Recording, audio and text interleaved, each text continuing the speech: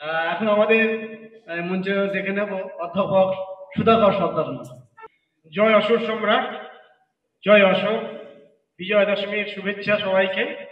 এই প্রেক্ষিতে কয়েকটা কথা বলি।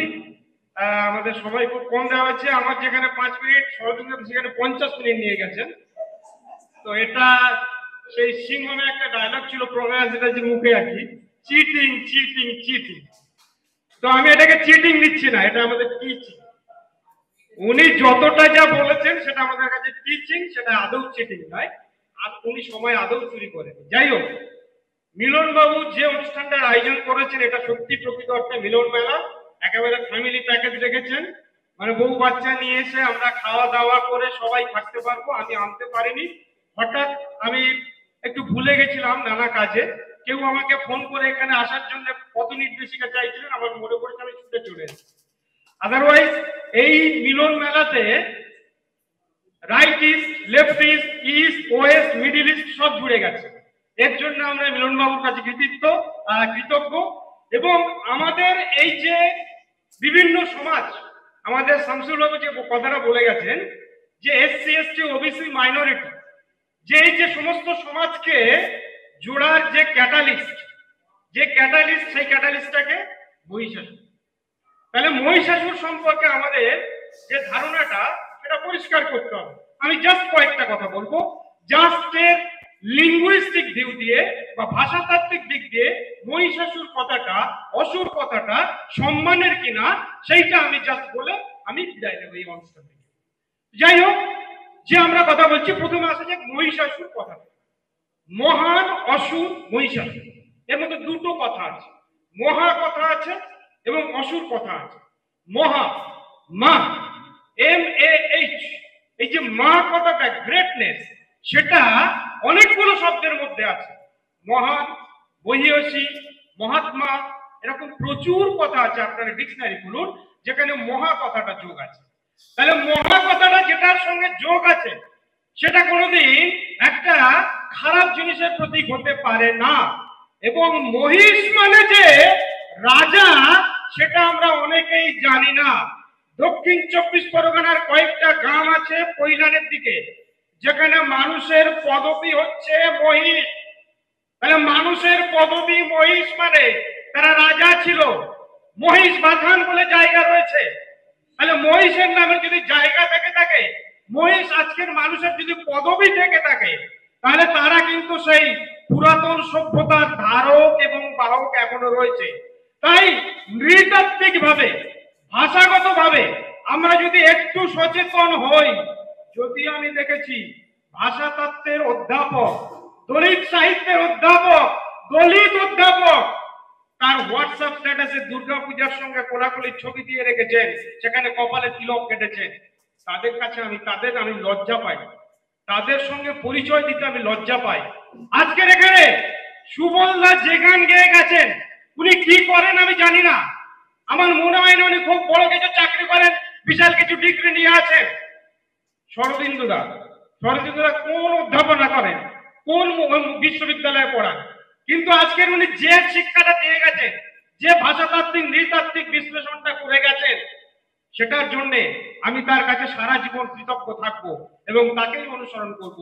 কিন্তু ওই বড় বড় ডিগ্রিধারী, তিলক কাটা, দলিত চর্চাকারী, দলিত অধ্যাপকরা যারা হোয়াটসঅ্যাপ স্ট্যাটাসে, ফেসবুকে দিয়ে রেখেছে দুর্গার সঙ্গে ছবি, আমি তাদের সঙ্গে পরিচয় দিতে লজ্জা বোধ করবো, কিন্তু হয়তো এড়াতে পারবো না, কারণ একই অনুষ্ঠানে আমাকে থাকতে হবে। কিন্তু তাদের নিয়ে আমি কোনোদিন গর্বিত বোধ করবো না। যাই হোক, যে কথায় আসছিলাম, তাহলে কি দেখলাম, মহিষ কথার অর্থ হচ্ছে রাজা। সেটাকে ব্রাহ্মণ্যবাদীরা কি করেছে, মহিষের পেট দিয়ে অসুর বেরিয়ে আসছে। মহিষের পেট দিয়ে অসুর বেরিয়ে আসছে, কত বিকৃত ভাবে একটা জিনিস উপস্থাপন করছে আপনারা দেখুন। এইবারে আছে অসুর কথাটা। আমাদের একটা ধারণা আছে যে সুর আগে, তারপরে অসুর, অর্থাৎ সুরের সঙ্গে অপ্রত্যয় যোগ করে অসুর এসছে, কিন্তু বিষয়টা পুরো উল্টো। মূল শব্দ হচ্ছে অসুর। লিঙ্গুইস্টিকে এটা বলা হয় রুট ওয়ার্ড। মূল শব্দ যেটা, সেটা হচ্ছে অসুর। অসুর থেকে সুর এসছে। এটাকে ভাষাতত্ত্বের ভিত্তিতে বলা হয় ব্যাক ফরমেশন। ব্যাক ফরমেশন আপনারা গুগলে মারবেন back formation, DSCK FAOR MATION, চলে আসবে। ব্যাক ফরমেশনটা কিরকম জিনিস? এক একটা ওয়ার্ড এরকম মনে করা হয় যে এই ওয়ার্ডটার সঙ্গে একটা প্রত্যয় যোগ আছে, সাফিক্স বা প্রিফিক্স যোগ আছে। তাহলে সাফিক্স বা প্রিফিক্সটাকে যদি আমি ছাড়িয়ে দিই তাহলে মূল শব্দটা পেয়ে যাব। তো আমরা সেটা ভাবলাম যে অসুরে অপ্রত্যয় যোগ আছে, সুতরাং অপ্রিফিক্সটাকে যদি সরিয়ে দিই তাহলে মূল শব্দ সুরটা চলে আসবে। বিষয়টা তা নয়, আসলে রুট ওয়ার্ডটা হচ্ছে অসুর। যেমন একটা কথা জানবেন, আপনারা হকার কথাটা শুনেছেন, হকার, HAWKER, এই হকারটাকে মনে করা হয়েছিল ইয়ারটা সাফিক্স। যেমন আমরা বলি কি গিভ থেকে গিভার, তেমনি রান থেকে রানার, এরকম মনে করা হয়েছিল হক থেকে হকার। কিন্তু হকার কথাটাই হচ্ছে রুট কথা। সেখান থেকে কি করলো, ওরা ইয়ারটা বাদ দিয়ে দিল, মানে আমরা মানুষেরা সেই ইয়ারটাকে বাদ দিয়ে নিলাম হক।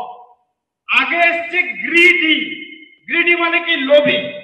তাহলে আমরা মনে করলাম কি ওয়াইটা হচ্ছে সাফিক্স, কি করলাম ওয়াইটাকে বাদ দিয়ে গ্রিড কথাটা দিলাম, কিন্তু গ্রিডি কথাটাই হচ্ছে রুট কথা, রুট ওয়ার্ড। একই রকম ভাবে আপনারা জানবেন অসুর কথাটা হচ্ছে মূল কথা। অসুর থেকে আমরা ভুল ক্রমে মনে করছি আসলে এটা ব্রাহ্মণ্যবাদীদের প্রচার। অসুর দদাত ইতি আসুরা, আসুর দদাতি ইতি আসুরা, অর্থাৎ যিনি প্রাণ দান করেন তিনিই অসুর, যিনি প্রাণ দান করেন তিনি অসুর। আশু, ASU, আশু, আশু মানে লাইফ, আসুর মানে হচ্ছে লাইফ গিভার, যিনি প্রাণ দান করেন। তাহলে সেই জায়গা থেকে আমরা চলে এসেছি কি ব্রাহ্মণ্যবাদীদের প্রচারের ফলে না অসুর একটা অশুভ শক্তির পরিচয়ক, সুতরাং অসুর নিধন যজ্ঞ আমাদের পালন করতে হবে।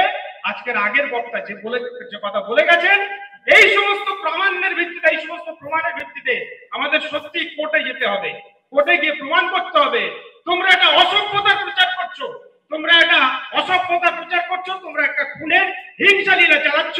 এই যে সমাজের মানুষের কাছে, বাচ্চাদের কাছে, আমার মেয়ে বলে বাবা আমি প্যান্ডেলে ঢুকতে পারি না, কেন না ওই যে আমাদের কাছে গল্প শোনার পরে বলে সেই কথা বলতে পারে যে তোমরা এই যে করছো একটা এদেশের মানুষের, এদেশের জনজাতির 1 নম্বর তালিকাতে যারা রয়েছে অসুর, সেই তাদেরকে তোমরা খুনের হত্যা লীলা প্রদর্শনী করছো।